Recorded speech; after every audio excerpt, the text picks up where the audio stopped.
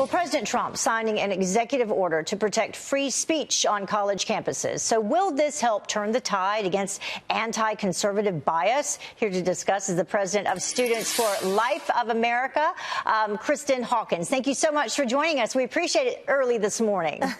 Thanks for having me. So what do you think about what the president did, this EO to protect college free speech? Is it necessary? Absolutely. And it's sad that this is necessary, that we needed an executive order to enforce the Constitution and our First Amendment rights on college campuses. But look, no one needed this executive order more than the pro-life generation.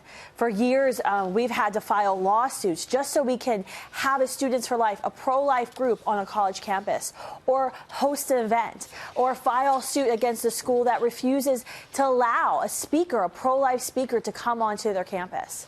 And the thing is, it will protect all speech. Right. So it's not just for conservative speech. You know, this is for liberal speakers as well. That's exactly right.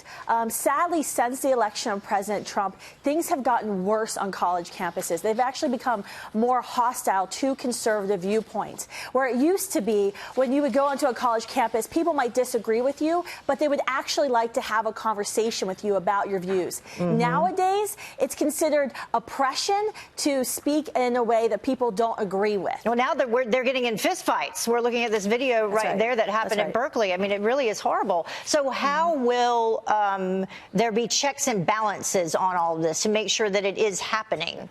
How will they do that? Yes, well, this executive order directs 12 federal agencies to actually withhold research money. There's about $35 billion in research grants given to these public universities. And it's directing the federal agencies to make sure before they bestow these grants of our taxpayer dollars that the schools are upholding the constitutional rights of their students. And let's talk about this next topic now. UCLA, their soccer coach, resigning. And it's just the latest high-profile exit from the college admissions scandal.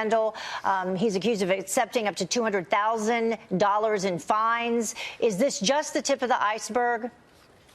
I do think it is. And sadly, we see this kind of going on all the time, where these wealthy Hollywood elites who will jump on any social justice cause and say that they're for the poor or the marginalized or the little guy, and then to know behind closed doors what they're really doing is rigging the system for their children. And it's actually hurting students who are looking for merit-based scholarships. I had a merit-based scholarship and actually got a full ride to the college of my choice because I worked hard and I earned those grades. I earned those test scores, and what they've done is unfair to every child who's looking for a way to college, looking for a way to pay for this, when these wealthy Hollywood elites could afford it. Yeah, and all those students in years past, because I think this has been going on for a long time, who didn't get in.